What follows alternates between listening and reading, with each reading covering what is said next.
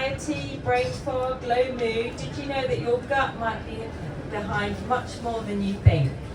So I'd like to welcome Dr. Marilyn Glenville PhD, the UK's leading nutritionist specialising in women's health. Dr. Marilyn is a registered nutritionist, psychologist, broadcaster and former president of the Food and Health Forum at the Royal Society of Medicine. She earned her doctorate from Cambridge University and has spent over 35 years studying and practicing nutritional medicine, specialising in female hormone health. She's also author of 17 internationally best-selling books and a popular speaker worldwide.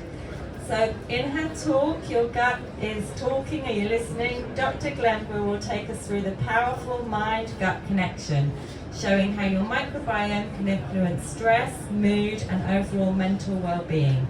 You'll discover practical, evidence-based strategies to support your gut and in turn your mental health.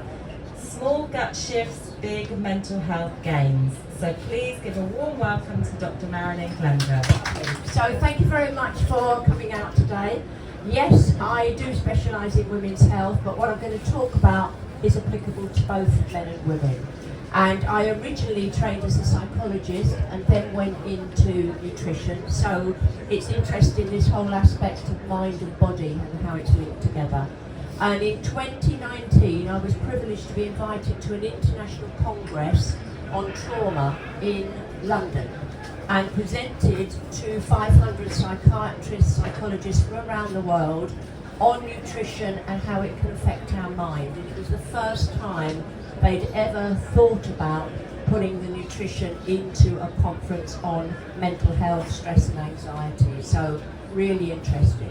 So I'm going to cover quite a lot. We've only got a short time together, but I know some of you will have different concerns. So I thought if I cover quite a lot, then it's going to be applicable to a lot of people. So we've now got new terminology. They're talking about nutritional psychiatry, nutritional psychology, which is brilliant, and how the research is looking at how our diet could actually be a modifiable risk factor for stress, mental health and well-being. Is it crackling a bit, the mic? Shall I move it all a bit? Yeah.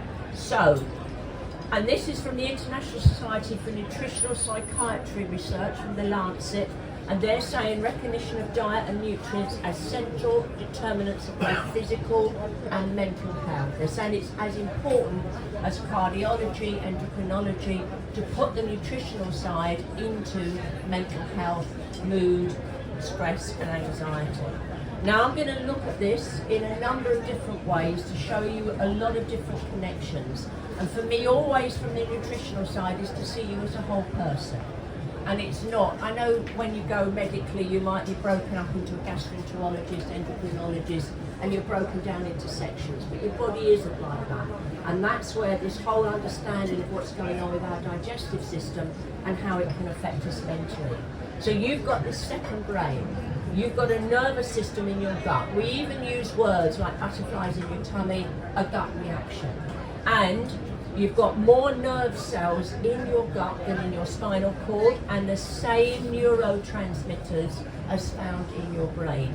And serotonin, if you think of that as your feel-good neurotransmitter, 95% is in your gut, 5% is in your central nervous system. So this is really powerful. When we look at the beneficial bacteria, you've got 100,000 billion of these bacteria within your gut. They improve your nutrition, they manufacture the B vitamins and vitamin K, which is important for bone health, and they help you digest your food. And if you walk through the digestive tract there, you'll know that 70% of your immune system is in your gut. So as we go through to the winter months and you think of things like zinc and vitamin C, you've got to think of your beneficial bacteria too. And they improve detoxification. They stop food sitting in there too long where it could ferment and putrefy, and it's enabling that food to move through smoothly. I haven't got time to talk about it today, but they help you eliminate hormones. So they're important for all of this detoxification and elimination side of it. And it's this two-way street. This is this understanding now of the communication between your brain and your gut and your brain, and this is going backwards and forwards, and your brain acts on your immune functions within the gut, and it changes the gut microbiome, and then the gut microbes themselves make these neuroactive compounds like the serotonin, other neurotransmitters, and that's going backwards and forwards. So that's why this is so important. And they're now suggesting that for mental health, we should be thinking from the gut.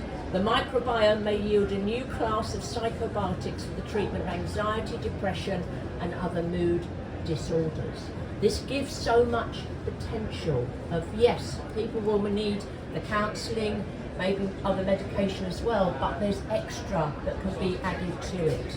And this is from the New Scientist, this is 2019, Healthy Gut, Happy Brain, how what you eat directly influences your mental health. So it means there's more control over what we can actually do to help somebody improve their mood, improve their mental health and anxiety, alongside what they might be doing under the mental health side of it. So this is probiotics and stress. I thought I'd show you some of the research. Oftentimes this research gets stuck in the medical literature.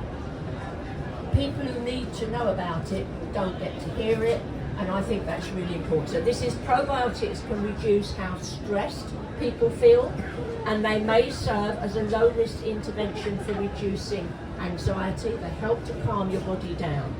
And this was a trial, a randomized control trial, so half the patients were given probiotics, half were given dummy pills, with mild to moderate depression, only over 6 weeks, so it wasn't very long, significant reduction in depression with those taking the probiotic. And then this one was people with a major depressive disorder who were already on medication, and they either added a dummy pill or a probiotic supplement.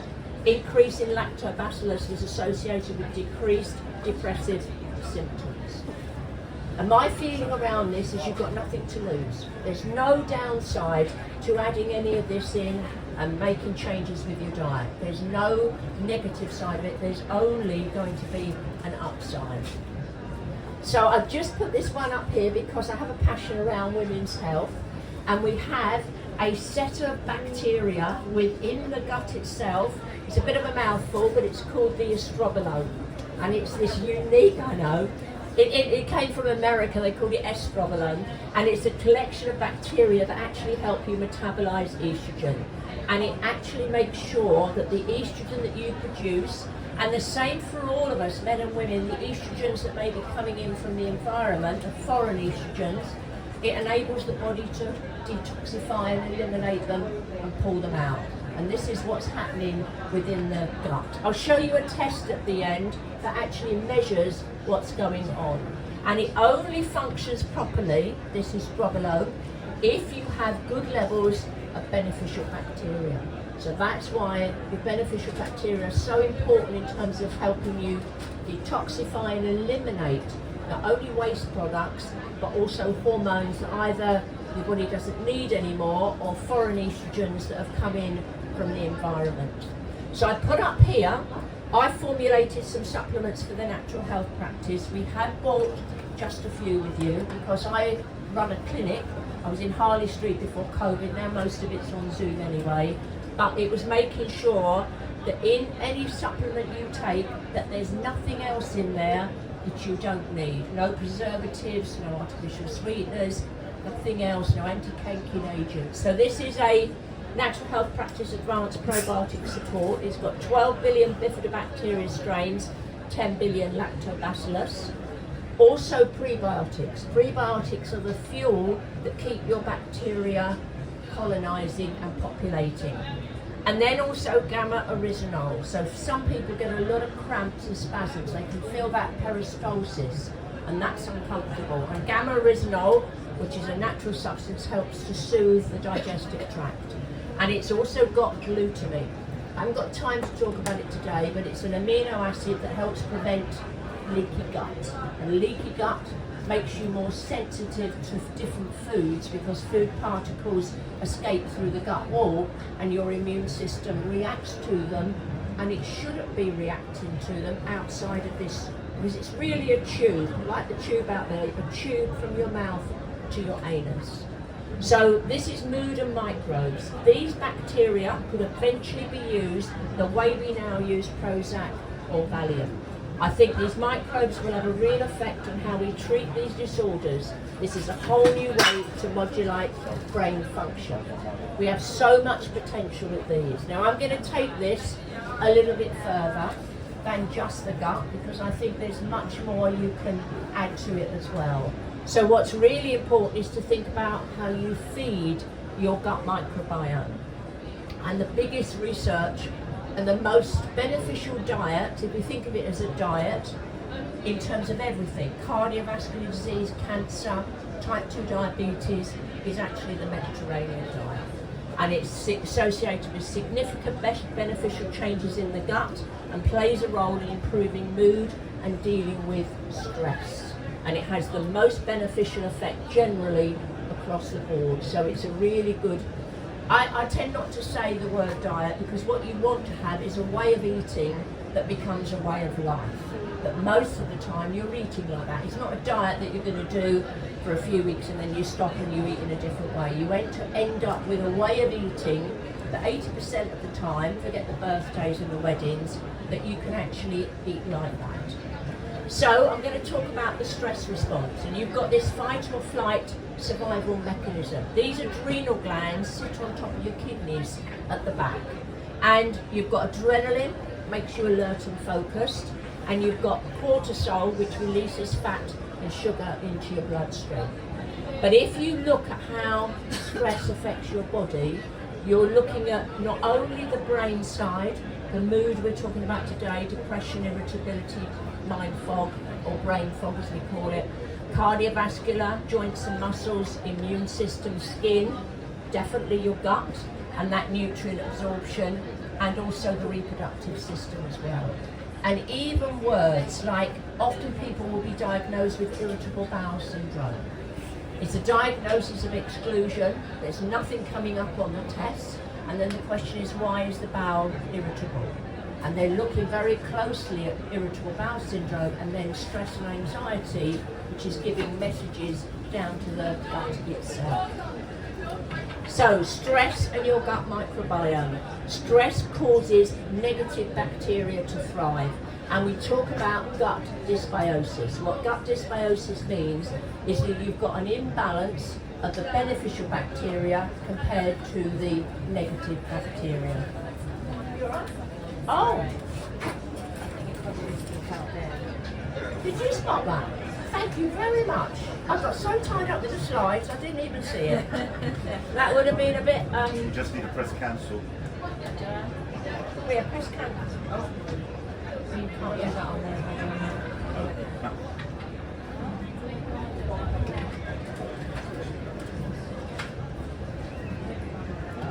Is it plugged in?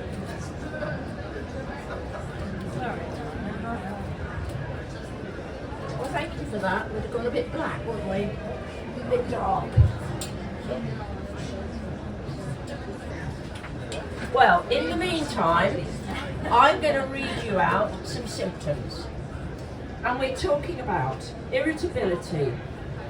Oh, I've got the wrong bit. Irritability, aggressive outbursts, nervousness, depression, crying spells, dizziness, fears and anxiety, confusion, forgetfulness, inability to concentrate, fatigue, insomnia, headaches, palpitations, muscle cramps, excess sweating, digestive problems, and lack of sex drive. Everybody all right this afternoon? Now I'm going to share with you something that I would suggest you try, because it's something, I've been in the clinic over 35 years now, and it's something so practical, and it can make such a difference to these symptoms that can seem completely unrelated. So we got up to the stress side. Yeah, so that adrenal response can be triggered by a traumatic event. I'll try. Catherine, is it all right if I put that back on there? Yeah, I think it was the television, not the laptops. Sorry about Oh, don't worry, I'll leave. I'm not going to rock the boat. I'm going to leave that like that. You That's happy? okay. Yeah, happy. So, and it obviously is triggered by a traumatic event. And all the time, nutritionally, we're thinking, what can you control? And you probably, with something traumatic, something like a bereavement, car accident, you can't do anything. But it's also triggered by a pattern of eating. And that's really important because this is something you can do about it. So, we're going to look at how you control the stress response nutritionally. When you eat, your blood sugar, your blood glucose goes up. The more this rise goes up, the more insulin your pancreas has to deal with that rise in blood sugar. The difficulty is the higher this goes up, the lower it drops. And we talk about hypoglycemia, low blood sugar. Now your body doesn't like it, so it's going to do two things. It's going to send you off for that quick fix, a cup of tea and a biscuit, chocolate bar. And the other thing it does is it releases your stress hormones, adrenaline and cortisol. Because in that real life or death situation, and you're going to run or fight for your life, your body's going to have instant energy. So as soon as those stress hormones are released, it releases your sugar stores for you to run or fight for your life. The opposite is happening here, that your blood sugars drop low, and in order to release the sugar stores, it's releasing the same stress hormones. And so you can end up on this roller coaster. And those symptoms I read out can be due to low blood sugar, hypoglycemia. And I'm suggesting put this into place first and see how many of those symptoms, both physically and mentally, disappear. I have seen such tremendous changes by just doing some small steps. So, you've got more of the stress hormones being released just due to a pattern of eating. Yes, it will have happened outside of you as well, but it's making the whole feelings and everything worse. And I know people have come into the clinic and said, well, there's things going on financially with the job, in-laws, children at home, all of this juggling of the balls. Come back a few weeks later, and I remember one particular lady said to me, I can't change anything outside of myself. And I said, I understand that. She said, but I feel I'm able to cope. I can make decisions, I feel much calmer, I'm able to see this and manage the situation because she's not releasing extra stress hormones just due to a pattern of eating. So the big one is think about taking out or reducing added sugar and the refined carbohydrates like the white flour, the white rice. You want to stop that hit on your bloodstream because as soon as it goes up, out will come insulin. And obviously that's a risk with pre-diabetes, type 2 diabetes, but you're going to crash down into that hypoglycemia. And out will come those stress hormones. So don't switch then to the artificial sweeteners. Now they've been looking at the research and it affects your gut bacteria within 2 weeks in terms of making the gut bacteria into a negative situation. But it increases the risk of type 2 diabetes, heart disease and being overweight. You think, well, a lot of people are using the diet drinks and the artificial sweeteners in their food when they're on a diet. So what on earth is going on? Because your brain is really clever. If you have a slice of cake, it comes with a bulk of calories and a sense of sweetness. When you've got the artificial sweeteners, you've got the sweetness and not the calories. And what the research shows is your body will go after the calories from somewhere else. And they talk about your brain expecting this caloric reward. It ups your appetite afterwards, so you end up putting on more weight. You've got the increased risk of type 2 diabetes, but in the context of what we're talking about today, it really is wiping out your wonderful beneficial bacteria. Now I've put this up and I know it's very fashionable and I'm going to say something different. If you restrict your calories, so you decide to do alternate day, 5-2, intermittent, whatever you want to call it, on some of those fasting days you may be only on 500, 600 calories. If you restrict your calories, it increases the stress response. Your body thinks there's a famine going on out there, there's a shortage of food. It's survival. It's a stress. And so it increases cortisol. So what we know is if you're already stressed or anxious, that kind of way of eating is actually going to make it much worse. And you're going to wake up in the morning with a higher cortisol in that fight or flight mode, ready for a fight, irritable, not having enough energy. And breakfast is breaking the fast. Calms down that response so you can start the day. Somebody sent me this lovely cartoon. You can see it. It's 5 glasses of wine and 2 muffins. That could be a 5-2 diet, do you think? Only joking, really.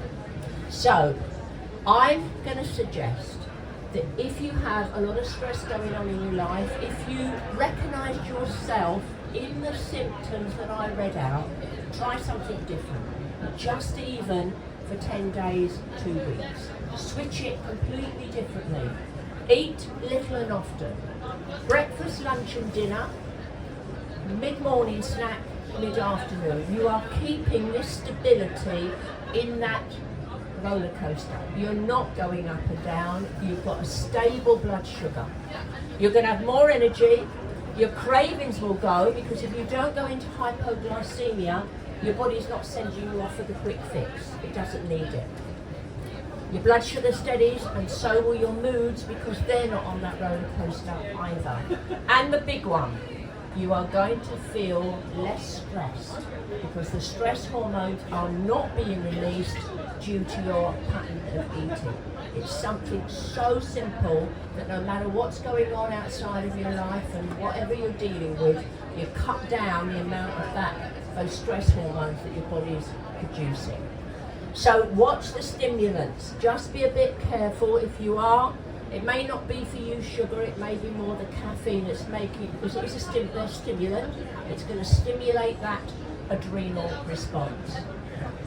And watch the alcohol, because you may be using it to actually feel more relaxed, but over time it can end up with a feeling of, or a dependency around it. So, and it won't be beneficial for your gut microbiome. So watch the alcohol side of it.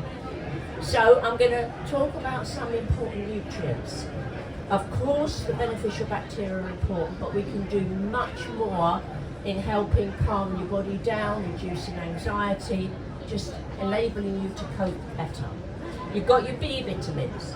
They're important for balancing your blood sugar. We think of them as your anti-stress vitamins. They play a crucial role in that synthesis of serotonin, which is going on in your gut and also in your brain. It's B5 that is the major one for the adrenal glands, and B6 for the more of those neurotransmitters, and B12. So make sure, if you are mainly plant-based, you make sure you've got a B12 going in there for the nervous system. Now, I've always found in the clinic that it's much better to do a combination of nutrients rather than think, oh, I'll take a bit of B5, because they work synergistically together, and that's what gives things its power, same as when we eat the foods as well. There is a herb called Siberian ginseng, and it acts like a tonic to your adrenal glands, and is a really useful herb. It's very different from Panax or Korean ginseng, which could actually make you more hyper. And then we've got a mineral called chromium, and it's the one that's had the most research in terms of cravings, helping with weight loss, and it works in terms of helping the action of insulin, so important for people with pre-diabetes and also type 2 diabetes. But really good if stress is making you go for the comfort food, cakes, the biscuits, even alcohol.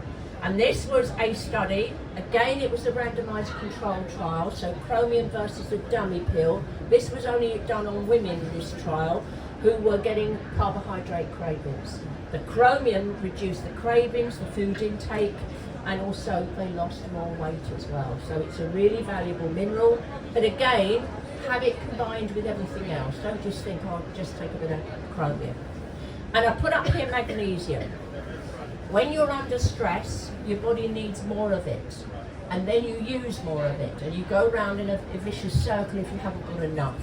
But we call it nature's tranquilizer, and it's really important in calming your whole body down, particularly muscles. So if you get a lot of cramps, restless legs, tremors, also tics, side of your eye, that sort of thing. And they know that if you haven't got enough magnesium, it may cause more anxiety, agitation, irritability, not sleeping well. So generally really important for calming your body down. And then there's an amino acid called L-theanine.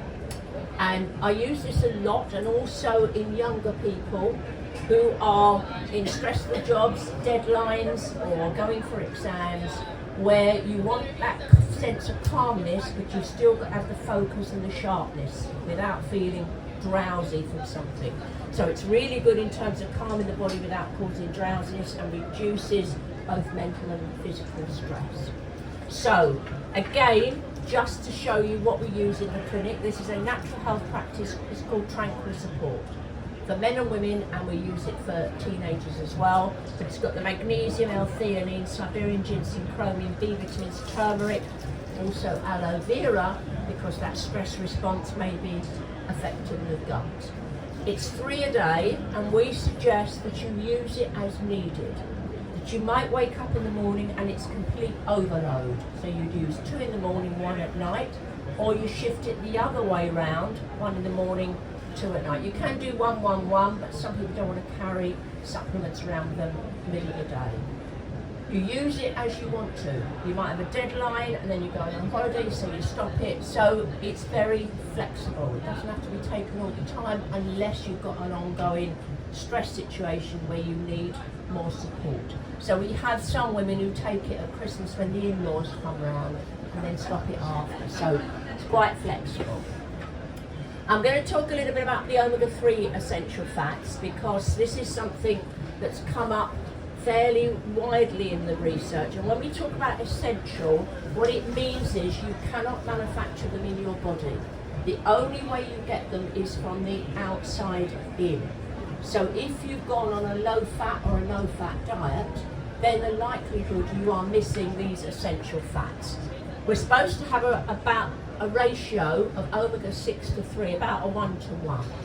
But you'll see there we're getting much too much omega-6 and not enough 3. And you might think, is that a big deal? And it is a big deal. There are deficiency symptoms associated with not enough omega-3, and it's like your body is drying out from the inside out. It needs that lubrication for your joints, your skin, your hair, everything, and your brain as well. Both mentally and physically we need them. And I'll put up here, on the right hand side are your omega-6 fatty acids, and we talk about getting them from seed oils like sunflower oil, sesame oil. You see even primrose oil there, which a lot of women have used sometimes for 10 years or more for PMS. You've got omega-3 there, and you follow it all the way down, and they are anti-inflammatory. If you follow the omega-6s down, they're pro-inflammatory. They're actually creating an inflammatory response in the body. Now, any condition with an ITIS on it is inflammation. Gastritis, arthritis, ulcerative colitis, dermatitis, Hashimoto's thyroiditis, tendinitis. You could go on and on and on. All it is that inflammation is affecting different parts of your body. And that's what they've been finding, is that because our diet is going more towards the omega-6, it's creating much more inflammation generally. This was a mouse study. They got a group of mice and split them in half. This half were fed on omega-3, this half were on omega-6, and you're looking at the knee joint and that destruction and inflammation within the joint. This is so important. The problem is we've got the omega-6 coming down the food chain.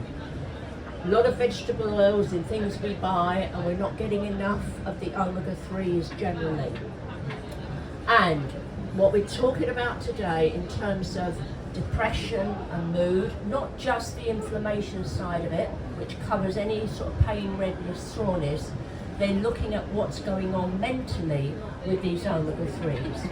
If you have severe symptoms of depression, this was the study, you've got lower levels of omega-3 and a higher level of omega-6. It's pushing it the wrong way in terms of that ratio. Higher omega-6 to 3 seen in those with major depression compared to those with no signs of depression, or minor depression. So it's affecting us mentally as well as physically. And this was a meta-analysis, and that's where they combine a number of studies together. This was 26 studies, 2,000 participants. General beneficial effect of omega-3 on depression and EPA. So the different components of omega-3 are DHA and EPA, and it was the EPA that was the most important factor when they were looking at depression. And you need a level of over 720 milligrams per day. So if you take an omega-3 supplement, you're not looking at the amount of omega-3, you want to know how much EPA and DHA is in there.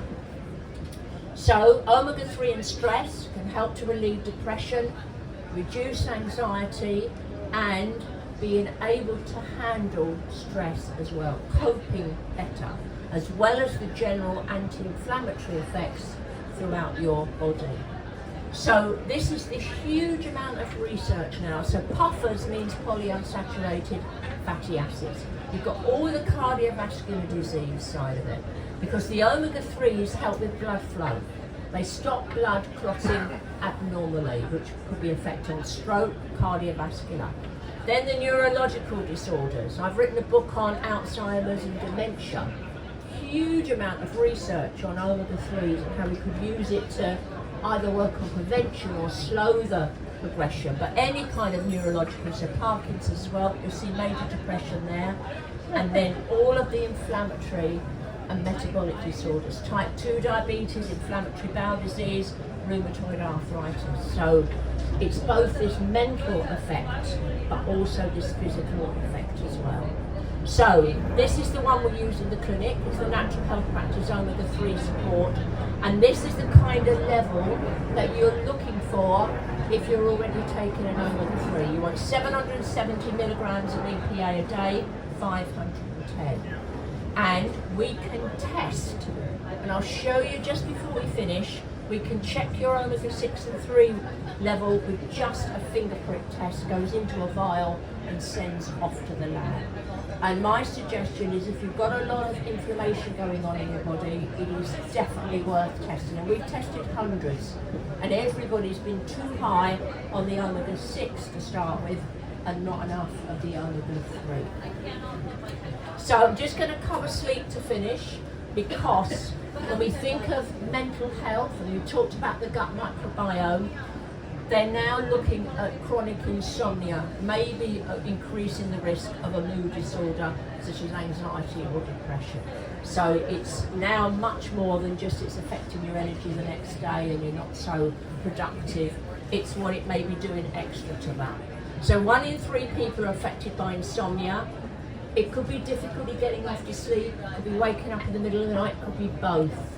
But it's this other research that can increase the risk of type 2 diabetes, cancer, being overweight, and also Alzheimer's. So it's the power that sleep has that we tend to think of it as a luxury. Oh well, we'll stay up a bit later, we can squeeze a bit more in.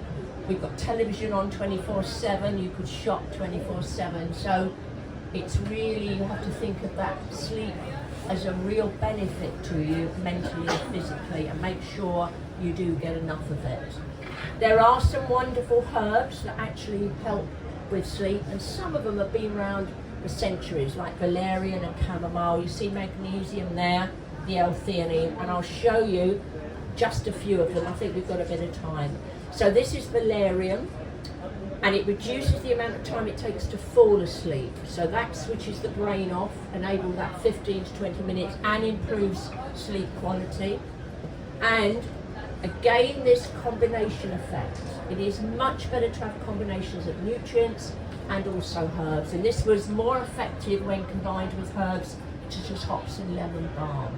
You're going to get a much bigger effect because of that synergistic effect of either the nutrients or the herbs themselves.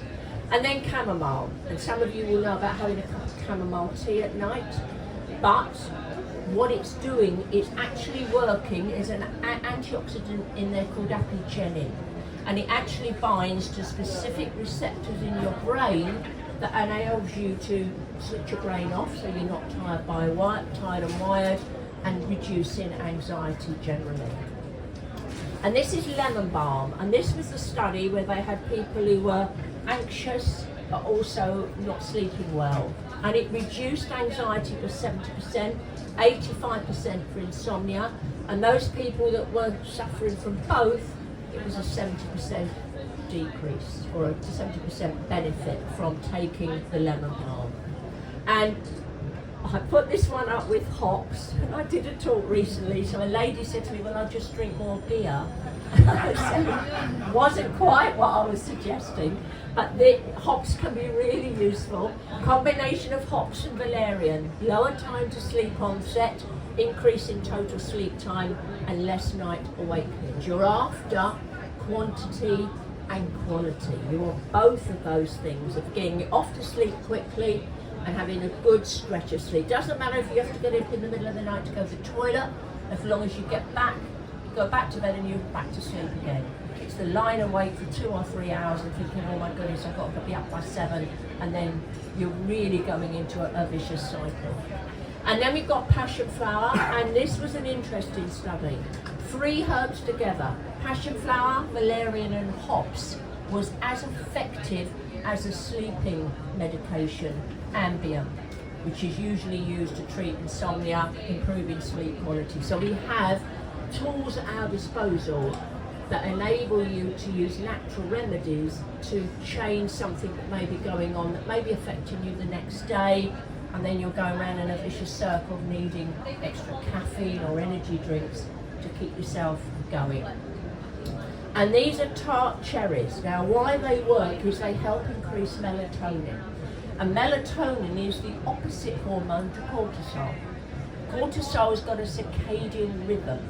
It is higher in the morning when you wake up, revving you up to start the day, and then it should drop away for you to go to sleep. And as it drops away, melatonin should come up. And that's how the tart cherries are helping. They actually naturally increase melatonin in your body. And they increase sleep time in people with insomnia by up to 84 minutes. Back to the L-theanine, that amino acid I mentioned earlier in terms of helping you feel calmer without feeling drowsy. And its main benefit also when we think of sleep is allowing your brain to switch off. So you're not the tired but wired. You've got your head on the pillow, you're absolutely exhausted, but your brain is worrying around about what's gone on that day, what's going to happen the next day, and then you're not actually what we call initiating sleep. You're not getting off to sleep in enough time. So this is the advanced sleep support, and it's 1 hour before bed. And all that's in it are these nutrients and herbs. There's nothing else, no fillers, binders, anti-caking agents. It's in a vegetarian capsule. So it's valerian, chamomile, magnesium, hops, tart cherry, L-theanine, passion flower, lemon balm and glycine. And then you work on your food during the day. So you're not on that roller coaster of ups and downs. You're changing into what's happening during the day. You then also get a good night's sleep as well. So just to finish off, what I found in the clinic is that testing can be really useful. Obviously, if you're worried about your health, you see your GP and you get the usual testing. But over the last decade, in terms of nutrition, we can test things that we never could before. And we can actually test how stressed you are. And I'll show you what it looks like. I'll talk about the omega-6 to 3 ratio, and I'm going to show you the digestive test, which is what we've been talking about today. And all the samples are collected at home, and you just send them off to the lab.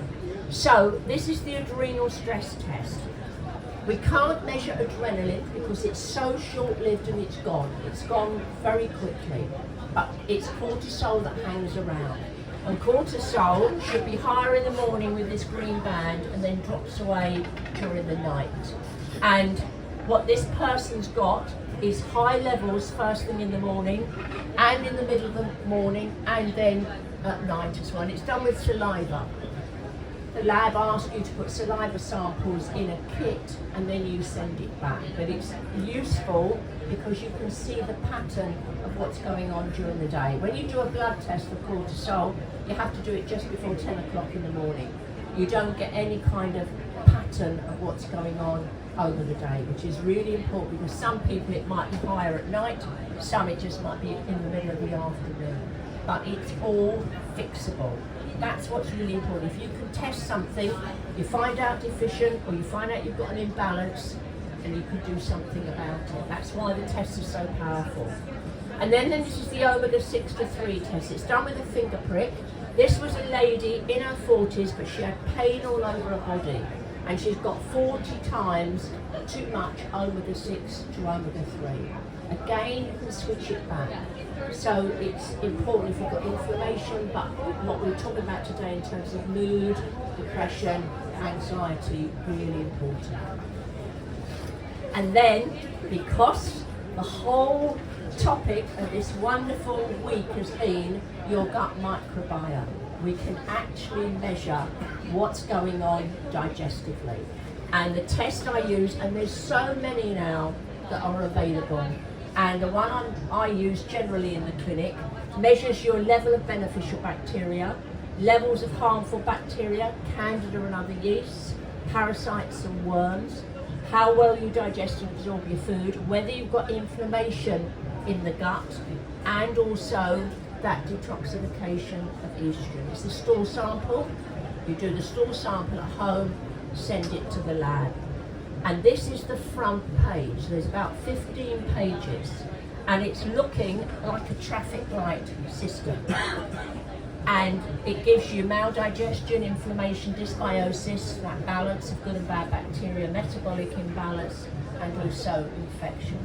Now, this was a lady who was getting a lot of digestive problems, but her history was an estrogen and progesterone breast cancer. So she wanted to know what was going on digestively, and also was she clearing out estrogen.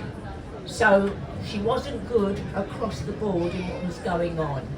And there was also a parasite there as well. Now if you remember, just think about the red and the green there, and a few months later, these were her results. And the only bit that we needed to work on still was the maldigestion. And if we go back to this one, the biggest issue for her was it was the beta-glucuronidase somewhere down here, which was too high for her. No, it wasn't in that one. It must be a different one. But that's the enzyme that we talked about, the estrogenome. That it's the enzyme within the gut that stops estrogen from being detoxificated and eliminated. And that's what we're trying to measure also with the stool test as well. So that's really something that was important for her to be able to see. And I gave a talk in London a while back, and I had seen a lady in the clinic with irritable bowel syndrome. And she said, I've had this for about 10 years. And she said, I've got symptoms, constipation, diarrhea, they might be alternating. Colonoscopy, all fine, nothing sinister going on. So I said, well, let's do the stool test and see what comes up. And what came back was a parasite. And she said to me, she said, I went on holiday about 10 years ago and I got food poisoning. And I had these symptoms and they sort of went away and came back again. And sitting in there was a parasite. So when we think nutritionally, it's always what is the underlying cause. So in terms of irritable bowel syndrome, which was the diagnosis she was given, why was her bowel irritable? Because she'd got a parasite in there. Or it could have been because she was reacting to certain foods. But it's always trying to find out what the underlying cause is. And I told this story at a talk in London. I think it was a few months back. And a lady said she was sitting in the audience and then she had this light bulb moment. She said she'd been to Bali 25 years ago and she'd got these symptoms that she'd been living with all of this time, and they told her they couldn't do anything, all the checks, colonoscopy, everything were fine. And then we did the stool test and she'd got a parasite in there. So she said to me, it wasn't nice to think there's something in there all the time, but for her, she'd got an answer.